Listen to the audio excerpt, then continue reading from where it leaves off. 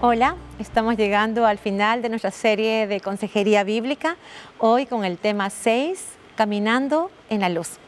Y la primera pregunta que deberíamos hacernos es, ¿qué significa caminar en la luz? Y justo encontramos un texto donde Pablo, el apóstol Pablo, le escribe a Timoteo. En 1 Timoteo 1:5 dice lo siguiente: pues el propósito de este mandamiento es el amor nacido de corazón limpio y de buena conciencia y de fe no fingida. Entonces, ¿qué significa caminar en la luz? Es andar con una conciencia limpia y clara delante de Dios, libre de culpa y de vergüenza. Eso significa andar en la luz. Entonces, vemos aquí que va a haber una evidencia en la vida de alguien que está caminando en la luz cuando tiene un corazón limpio, cuando tiene una buena conciencia y una fe no fingida. Tal vez el corazón limpio es algo que no podemos nosotros ver porque solamente Dios puede saber cómo está el corazón, pero sí podemos ver la fe de esa persona y podemos también ver cómo actúa en diferentes circunstancias, ¿verdad? Ahora, la Biblia nos confronta con un tema que tiene que ver con el cambio que nosotros necesitamos, pero aquí hay que hacer una distinción, porque muchas veces encontramos información que no es bíblica y que señala que hay que hacer un cambio en las circunstancias para que la persona cambie. Sin embargo, bíblicamente hablando, es exactamente al revés, porque las circunstancias no determinan nuestras acciones, influyen sí. ¿Pueden afectarnos? Sí. No vamos a minimizar de repente algunos hechos que pueden ser parte de la infancia, que pueden ser parte de la vida, donde uno ha sufrido abuso, donde uno ha sufrido discriminación, desprecio, falta de amor. No voy a minimizar nada de esto en absoluto. Yo creo realmente que eso causa dolor y heridas profundas. Pero lo que también es importante que podamos tener claro en esta clase es que esos temas que han sido parte de las circunstancias que uno ha vivido ha hecho que sea más difícil salir adelante, sí es verdad, pero no son determinantes para las acciones que uno tome en la vida, no son determinantes. Entonces, eso es importante, ¿no? A veces vienen las personas a consejería tratando de cambiar sus circunstancias, ¿no? Yo quiero que las cosas sean así en mi casa, cómo me hubiera gustado no haber tenido esta relación con tal persona, etcétera. Vienen por diferentes razones mencionando un poco que quieren cambiar las circunstancias, pero realmente tenemos que estar muy claros en llevarlos a que el tema principal no está afuera, sino está dentro, está en el corazón. Ahora, ¿qué tipo de personas quiere que Dios que nosotros seamos? Dios quiere que nosotros dejemos de ser personas centradas en nosotros mismos para empezar a mirar al Señor y adoptar realmente sus atributos de tal manera que podamos cada día ir adquiriendo más un carácter que se asemeja a nuestro Señor Jesucristo. Quiere llevarnos de mirarnos a nosotros mismos, de centrarnos en nosotros mismos, a mirarlo a Él y a parecernos más y más a Él. Segunda de Pedro, 1, 3 y 4, dice lo siguiente: como todas las cosas que pertenecen a la vida y a la piedad nos han sido dadas por su divino poder, mediante el conocimiento de aquel que nos llamó por su gloria y excelencia, por medio de las cuales nos ha dado preciosas y grandísimas promesas para que por ellas llegaseis a ser participantes de la naturaleza divina, habiendo huido de la corrupción que hay en el mundo a causa de la concupiscencia. Este texto dice con claridad que Dios nos ha dejado su palabra, sus promesas, para que en el momento que vemos que se cumplen porque Dios es fiel, podemos de alguna manera ser participantes de esa naturaleza divina, ¿verdad? Y eso nos va a llevar a luchar en contra de nuestras propias concupiscencias, luchar en contra de la corrupción, que es a causa de nuestros propios corazones pecaminosos. Nosotros a veces le echamos la culpa a la cultura, le echamos la culpa a la sociedad, pero en realidad la sociedad está formada por personas, seres humanos, hombres y mujeres, que toman decisiones, que viven de alguna manera, que tienen ciertos principios, ciertas creencias, valores o falta de valores, y en base a eso es que se forma realmente la sociedad y la cultura, y todo es producto de lo que realmente hay dentro del corazón. Entonces es importante que tengamos en cuenta que lo único que necesita una persona para pecar es su propio corazón caído, no más. No necesita las circunstancias. Lo que hacen las circunstancias es empujar, sacar lo que hay verdaderamente dentro de nuestros corazones. Como les decía, las circunstancias no pueden ser determinantes. Marcos 7, del 18 al 23, dice lo siguiente.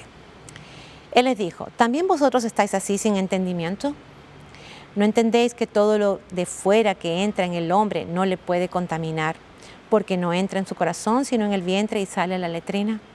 Esto decía haciendo limpios todos los alimentos, pero decía que lo que del hombre sale, eso contamina al hombre. Dice el 21, porque de dentro del corazón de los hombres salen los malos pensamientos, los adulterios, las fornicaciones, los homicidios, los hurtos, las avaricias, las maldades, el engaño, la lascivia, la envidia, la maledicencia, la soberbia y la insensatez. Todas estas maldades de dentro salen y contaminan al hombre. ¿Se dan cuenta? El tema de un cambio en la vida no tiene que ver con las circunstancias, tiene que ver con nuestro corazón. Y es allí donde el Señor quiere trabajar, justamente en nuestro corazón. Porque no hay nadie más, no hay ninguna persona y no hay nada, ninguna circunstancia que pueda realmente producir un cambio en nuestro corazón si no es el mismo Dios. Ahora, cuando estamos en consejería bíblica, deberíamos considerar el contexto, el entorno y todo lo que tiene que ver con el pasado de la persona. Sí, por supuesto. Yo no digo que no hay que tomarlo en cuenta, porque eso nos va a dar luz de dónde viene, quién es, producto de qué circunstancias ha ido viviendo, tomando decisiones probablemente en su vida. Sin embargo, no los vamos a poder excusar de sus responsabilidades en cuanto a decisiones y acciones morales, de ninguna manera, porque cada uno va a tomar sus propias decisiones en función a lo que le dicte su corazón. Entonces no podemos realmente culpar las circunstancias ni tampoco decir que son determinantes. Ahora, el cambio se da por medio del arrepentimiento, la fe y la obediencia al Señor. Así se produce el cambio, ¿verdad? Se inicia con el arrepentimiento.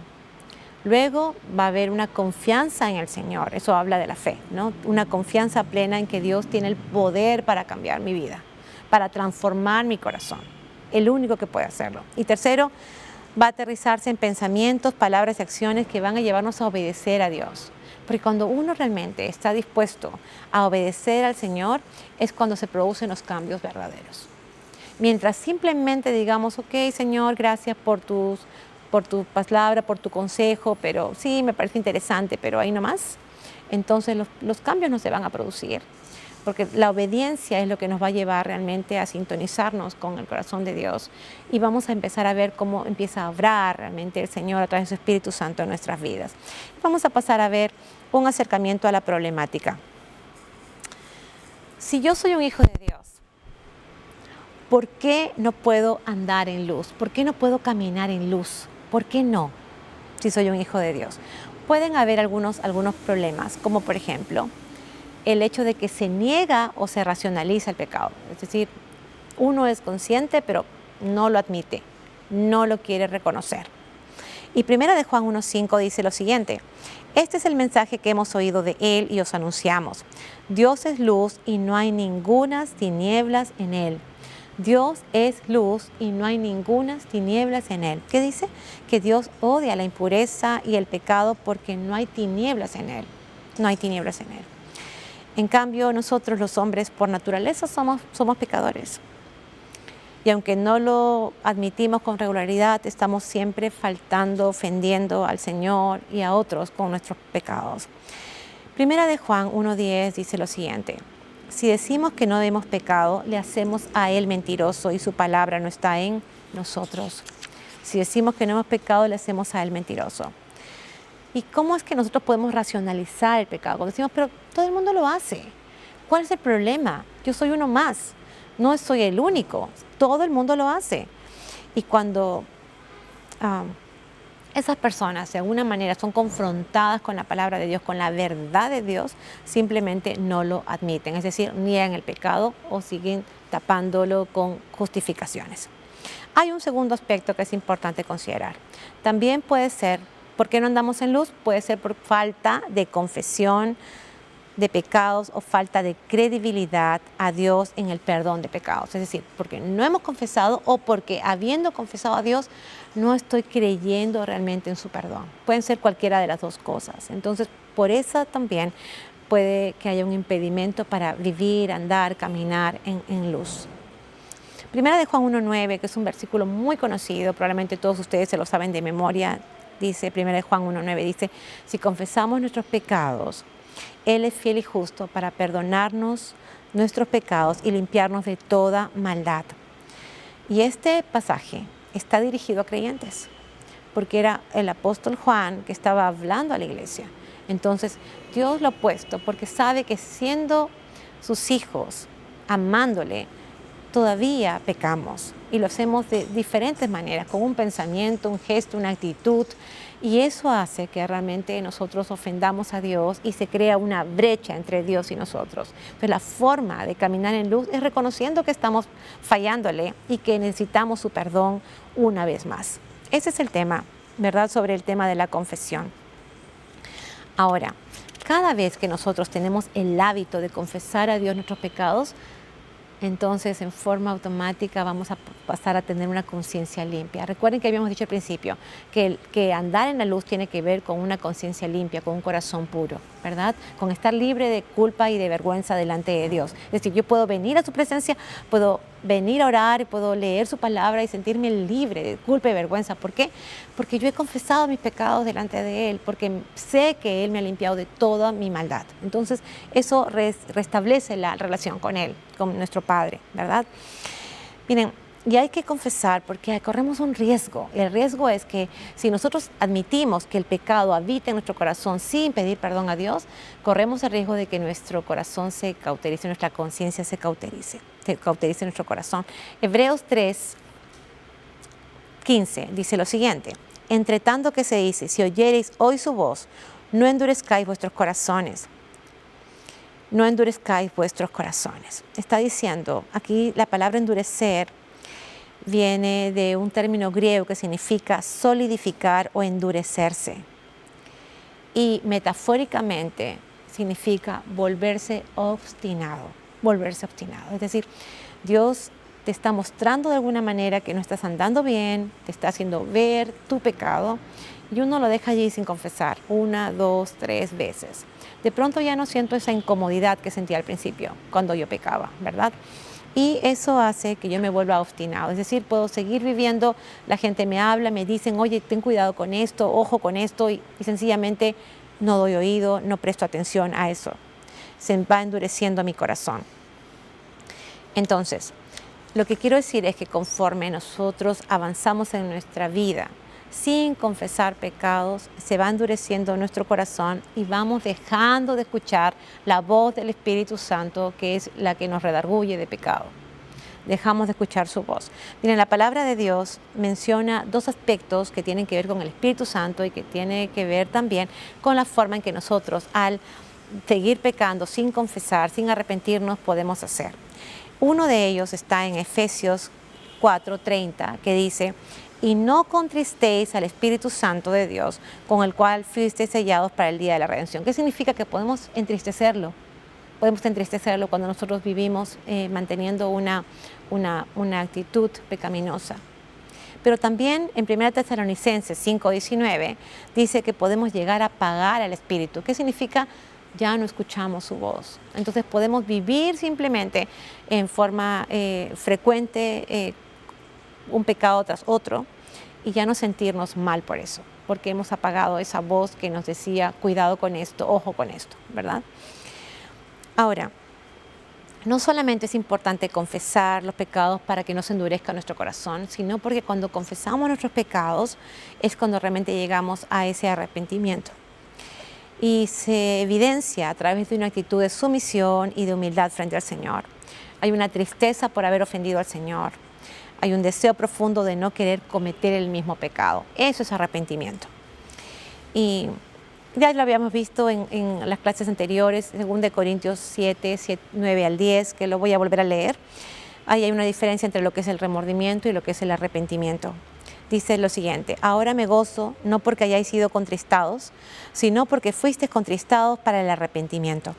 porque habéis sido contristados según Dios, para que ninguna pérdida padecieseis por nuestra parte, porque la tristeza que es según Dios produce arrepentimiento para salvación, de que no hay de qué arrepentirse, pero la tristeza del mundo produce muerte. Son dos tristezas diferentes. La que viene de Dios es para salvación, es la que produce verdadero arrepentimiento. Y podríamos estar experimentando también la otra tristeza que viene del mundo y sintiendo remordimiento y no llegando a tomar cambios en nuestra conducta. Entonces, la confesión significa que nosotros confesamos todo, decimos absolutamente cada pecado que hemos cometido y tenemos la certeza de que Dios nos perdona total y absolutamente todo. Ahora, hay personas que durante mucho tiempo han experimentado sentimiento de culpa por pecados que han sido recurrentes. O pueden haber sido pecados que han afectado muchísimo su vida, por ejemplo, un aborto o por ejemplo una infidelidad conyugal.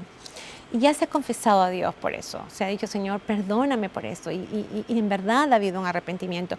Pero recordemos que el enemigo trabaja en nuestra mente y podría acusarnos, tratar de acusarnos respecto a esos pecados pasados de los cuales ya el Señor nos perdonó. Entonces ese es el momento en el que nosotros tenemos que creer a Dios, porque dice también su palabra que el Señor Jesús está intercediendo permanentemente por nosotros.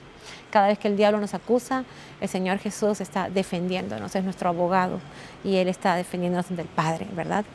Entonces, debemos creer con total convicción de que Dios es fiel y justo para perdonarnos y limpiarnos de toda maldad, y así es, ¿verdad? Cuando viene un pensamiento que nos acusa sobre algún pecado, alguna práctica pasada, es el momento de alabar a Dios y agradecerle por lo que Él ya hizo por nosotros y por el perdón que hemos recibido. Quiero compartir con ustedes un texto que está en Salmos 32, 1, 2, que dice: Bienaventurado aquel cuya transgresión ha sido perdonada y cubierto su pecado. Bienaventurado el hombre a quien Jehová no culpa de iniquidad y en cuyo espíritu no hay engaño. A quien Jehová no culpa de iniquidad.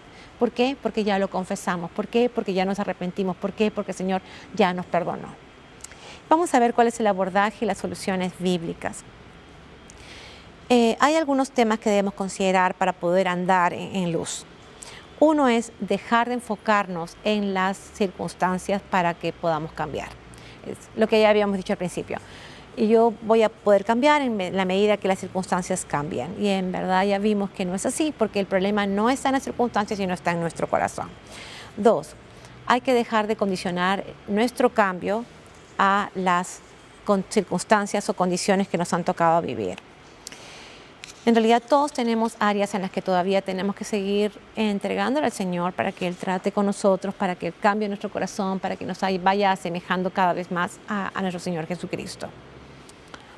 Pero hay personas que dicen, bueno, yo voy a cambiar en el momento en que esta persona cambie, ¿no? Por ejemplo, yo voy a ser un mejor marido cuando mi esposa comience a respetarme.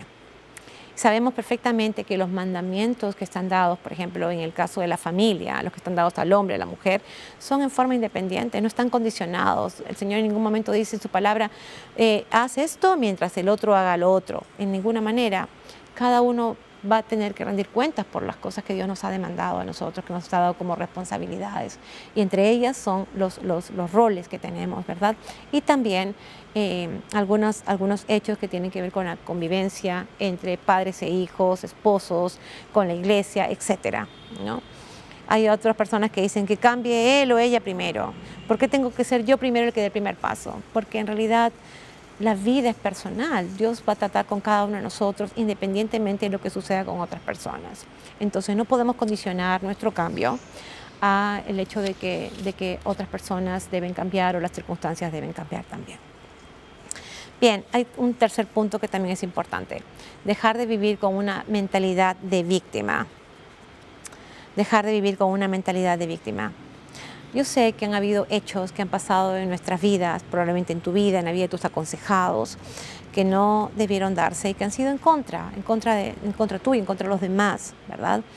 Y eso estuvo mal y nadie lo va a negar, y en algún momento esas personas van a tener que también dar cuentas a Dios. Y como lo vimos en la clase anterior, Dios es juez justo, Él se encarga de sus hijos, así que no tienes por qué preocuparte. Eso hay que dejarlo en las manos de Dios. Entonces, nadie dice que no hayas pasado por momentos difíciles y que te haya causado mucho dolor. Pero no puedes vivir en ese estado, de victimizarte y decir, bueno, si yo no hubiera vivido esto, y si no me hubiera pasado esto, y si la gente no hubiera hecho esto conmigo, porque en verdad no es una actitud que te va a llevar realmente a confesar, a pedir perdón, a arrepentirte y a empezar a vivir una nueva vida en el Señor. Y como lo habíamos dicho anteriormente, pero a ver, si es que yo soy la víctima, ¿de qué me tendría que arrepentir? Justamente de lo que habíamos dicho en el tema de la culpa, que uno guarda resentimiento, guarda rencor hacia las personas que te han dañado. Y ese rencor, ese resentimiento, esa ira que está acumulada, es algo que Dios no quiere que esté en nuestros corazones. Entonces, lo habíamos visto en la clase pasada y hoy lo vuelvo a mencionar porque tiene que ver con esto. Que entonces nosotros también en algún momento hemos hecho algo que ha ofendido a otras personas. Entonces no podemos tomar una actitud de víctima porque nosotros también probablemente hemos actuado, no exactamente en los mismos hechos, pero sí de otras maneras en que podrían haber lastimado o ofendido a otros. Luego tenemos que enfocarnos en el cambio del corazón. Esto es importante, es indispensable, es fundamental. El cambio que realmente nos lleva a andar en la luz es el que se produce en nuestros corazones. Y las circunstancias solamente nos van a ayudar a poner de manifiesto todo lo que hay dentro nuestro. Salmo 51, 10 dice lo siguiente: Crea en mí, oh Dios, un corazón limpio y renueva un espíritu recto dentro de mí. Salmo 51, 10. Crea en mí, oh Dios, un corazón limpio y renueva un espíritu recto dentro de mí. ¿Quién puede hacer ese cambio de dentro hacia afuera? Es Dios. El único que puede tratar con nuestro corazón es Dios. Entonces, la forma de andar en la luz es, primero, estar expuestos diariamente a la palabra de Dios. Es algo que venimos viendo en diferentes clases de consejería bíblica. Y en realidad son las herramientas que Dios ha puesto a nuestro alcance para poder tener victoria. No lo olvidemos. Estar expuestos diariamente a la palabra de Dios. ¿Por qué? Porque la luz aleja la oscuridad. Alguien dijo en alguna oportunidad, más cerca de la luz, más lejos de las tinieblas. Más lejos de la luz, más cerca de las tinieblas. Primera de Juan 1:7 dice lo siguiente: pero si andamos en luz, como Él está en luz, tenemos comunión unos con otros y la sangre de Jesucristo, su Hijo, nos limpia de todo pecado. Pero si andamos en luz como Él está en luz, tenemos comunión unos con otros y la sangre de Cristo, su Hijo, nos limpia de todo pecado. Andar significa la forma, el estilo de vida que elegimos tener. Si nosotros decidimos tener un estilo de vida que esté en luz, entonces vamos a poder nosotros tener victoria. Luz significa el conocimiento de la verdad. Es decir, si nosotros decidimos tener un estilo de vida que vaya acorde con lo que vamos conociendo acerca de Dios, de sus principios de la palabra, es lo que nos va a permitir realmente caminar en luz. Entonces, quiero que veamos aquí Salmo 119, 105, que dice: lámpara es a mis pies tu palabra y lumbrera mi camino. Y esto va en sintonía con este concepto de andar en la luz. ¿Cuál es la luz? La luz es la palabra de Dios, es la que nos va a dar el derrotero, nos va a marcar la pauta, nos va a decir por dónde ir. Eso es lo que necesitamos como creyentes y también para ayudar a las personas que vienen buscando consejería. Tenemos que llevarlos a estar realmente en prácticas de estos hábitos espirituales que conocemos como la lectura de la palabra, permanecer en la palabra de Dios y tener un hábito de oración permanente con el Señor, de búsqueda. Entonces tenemos que tomar en cuenta los principios de la palabra de Dios, porque la palabra de Dios es la única que convierte nuestro corazón, convierte el alma. Mira lo que dice Salmos 19, 7 al 11. Dice: la ley de Jehová es perfecta, que convierte, restaura, trae de vuelta el alma. El testimonio de Jehová es fiel, que hace sabio al sencillo. Los mandamientos de Jehová son rectos, que alegran el corazón. El precepto de Jehová es puro, que alumbra los ojos. El temor de Jehová es limpio, que permanece para siempre. Los juicios de Jehová son verdad, todos justos. Deseables son más que el oro y más que mucho oro afinado, y dulces más que miel y que la que destila del panal.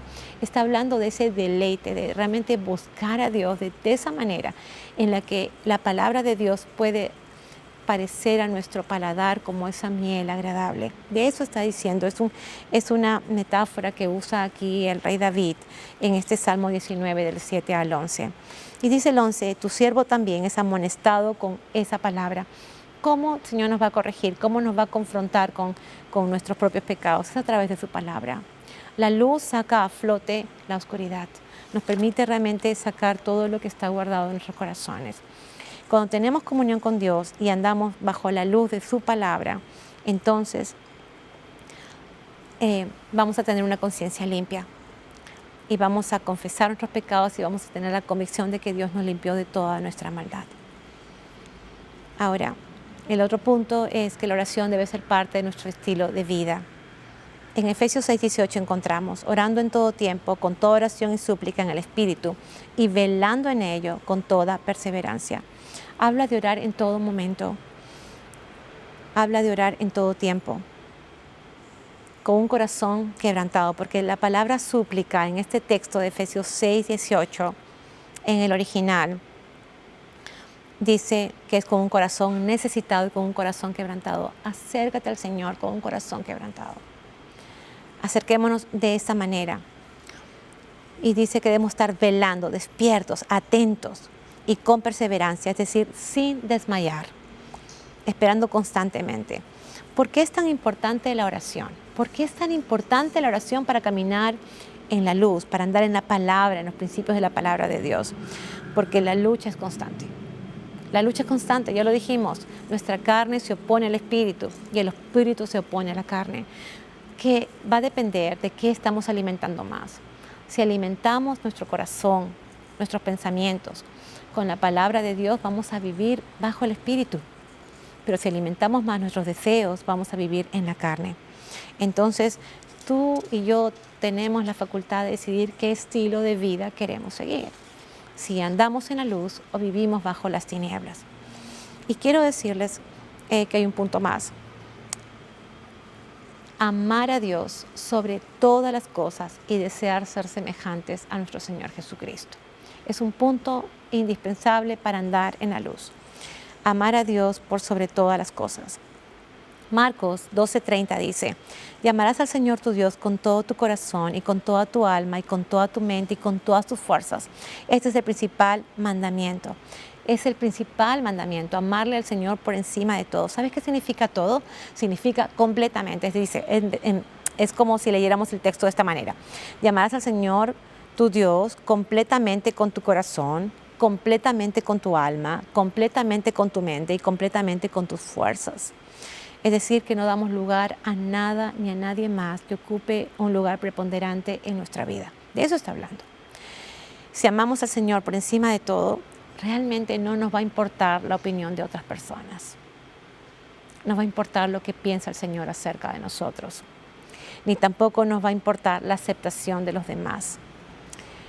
Porque realmente vamos a estar en luz y no vamos a tolerar ningún pecado que quiera alojarse en nuestros corazones. Aquí tenemos algunos versículos que nos pueden ayudar a darnos cuenta de la necesidad de buscar y anhelar con todo nuestro corazón parecernos más a Cristo. Romanos 8:29 dice lo siguiente. Porque a los que antes conoció, también los predestinó para que fuesen hechos conformes a la imagen de Dios, a la imagen de su Hijo, a la imagen de Jesucristo. Él nos predestinó para que fuésemos hechos conformes a la imagen de su Hijo Jesucristo. Él quiere que nos parezcamos más a Él, que adoptemos su carácter. Y la forma es conociéndolo más a través de su palabra. Tenemos otro texto que está en 2 Corintios 3:18. Por tanto, nosotros todos, mirando a cara descubierta, como en un espejo, la gloria del Señor, somos transformados de gloria en gloria en la misma imagen, como por el Espíritu del Señor. Somos transformados de gloria en gloria en la misma imagen de ¿quién? De nuestro Señor Jesucristo.